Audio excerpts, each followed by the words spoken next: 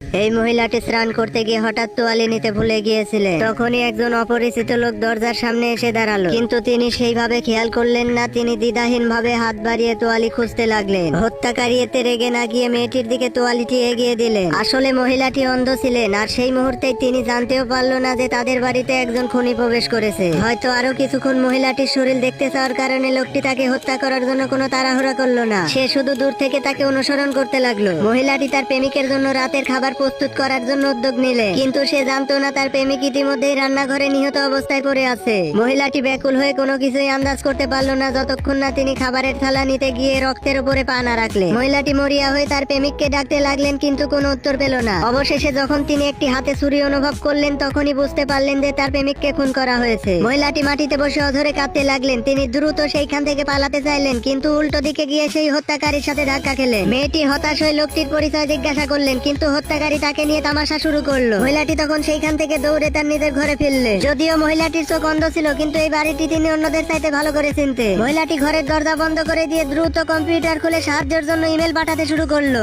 কিন্তু যখনই মেয়েটি ইমেলটি পাঠালো, তখনই হত্যাকারী বারান্দা দিয়ে ঢুকে পড়লো ভেতরে। লোকটি মহিলাটিকে এক ঝটকায় শুয়ে দিয়ে তার উপরে চেপে বসলো। এরপরে পকেট থেকে একটি বুক পিন বের করে তাকে নড়াচড়া না করার জন্য হুমকি দিল। এভাবে মহিলাটিকে বিছানার সাথে বেঁধে ফেলা হলো। মহিলাটি দৃষ্টিহীন হওয়ার কারণে তিনি আর তেমন প্রতিরোধ করলো না। তখনই সেই হত্যাকারী লোকটি মেয়েটির পায়ে হাত বোলাতে লাগলো। মহিলাটি তখন রাগের দৃষ্টিতে তাকে হাত সরিয়ে নিতে বললেন। তখনই সেই বিকৃত মস্তিষ্কের মানুষটি মহিলাটিকে আবারও হুমকি দিল। মহিলাটি তখন নরম হতে বাধ্য হলে লোকটি তখন বলল সে শুধু তার হারিয়ে যাওয়া জিনিস খুঁজে পেতে চায় এবং তাকে আর আঘাত করতে চায় না। মহিলাটি কোথায় সেই জিনিসগুলো লুকিয়ে রেখেছে তা বলার জন্য লোকটি তাকে চাপ দিতে লাগলো। সে তার বাঁধন কিছুটা হালকা করে দিল। তখনই মেয়েটি তার মুখ থেকে জানতে পারলো যে তার প্রেমিক ছিল তাদেরই দলের সদস্য। এই খুনের কারণ হলো কিছুদিন আগে তারা একটি বড় ডাকাতি করেছিল, কিন্তু প্রেমিকটি তাদের সাথে বিশ্বাসঘাতকতা করে সমস্ত হিরে ও নগদ টাকা নিয়ে পালিয়ে যায়। তো বন্ধুরা, এই ভিডিওর পরের অংশ দেখতে চাইলে অবশ্যই কমেন্ট বক্সে পার্ট 2 লিখে যাবে।